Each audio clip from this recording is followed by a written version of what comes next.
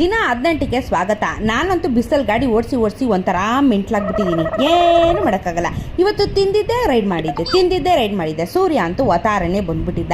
ಈ ಸೂರ್ಯ ಬಂದ್ರಂತೂ ನನಗೆ full torture ಆಗಿಬಿಡುತ್ತೆ. ಯಾಕೆ ಹೇಳಿ, ಸಿಕ್ಕಾಪಟ್ಟೆ ಶೆಕೆ, ಹಿಂಸೆ. ಹೋಗ್ತಾ ಅನ್ನೋದು ಟಾಪ್ ಬಾಕ್ಸ್ ಕಟ್ಟಾಗ್ಬಿಟ್ಟಿತ್ತು. ಅದ್ರ ಬಗ್ಗೆ ಒಂದು ವಿಡಿಯೋ ಮಾಡ್ತೀನಿ ತಾಳಿ. ಒಂದು ಜುಗಾಡ್ ಕೆಲಸ ಆಗಿದೆ. ಸೊ ಅದಕ್ಕೆ ಬಂಜಿ ಗಿಂಜಿ ಎಲ್ಲ ಕಟ್ಕೊಂಡು ರೆಡಿಯಾಗಿ ಹೊರಟ್ವಿ.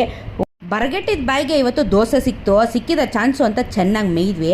ಈ ಕಡೆ ಶೆಕೆಗೆ ರೈಡ್ ಮಾಡೋಕ್ಕಾಗ್ತಿಲ್ಲ, ತಲೆಯೆಲ್ಲ ಕೆರಿತಿದೆ. ಹೆಲ್ಮೆಟ್ ಹಾಕೊಂಡು ಕೆರ್ಕೊಳಕ್ಕಾಗಲ್ಲ ಅಂತ ಹೆಲ್ಮೆಟ್ ಬಿಟ್ಬಿಟ್ಟು ಕಚ ಅಂತ ಕೆರ್ಕೊಂಡೆ.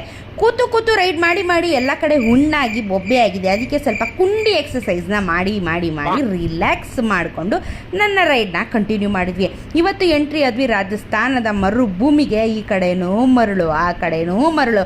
ಈ ಕಡೆ ಈಟಂತೂ ಎತ್ತ ಮಕ್ಕಕ್ಕೆ ಹೊಡಿತಿತ್ತು. 600 ಕಿಲೋಮೀಟ್ರ್ ಗಾಡಿ ಓಡಿಸಿದ್ದು ನಮಗೆ ಸ್ವಲ್ಪ ಚಾಕ್ಲೇಟ್ ಮಿಲ್ಕ್ ಶೇಕ್ ಬೇಡವಾ, ಕುಡಿದ್ಬಿಟ್ಟು ರೆಸ್ಟ್ ಮಾಡ್ತೀನಿ. ನಾಳೆ ಸಿಗ್ತೀನಿ.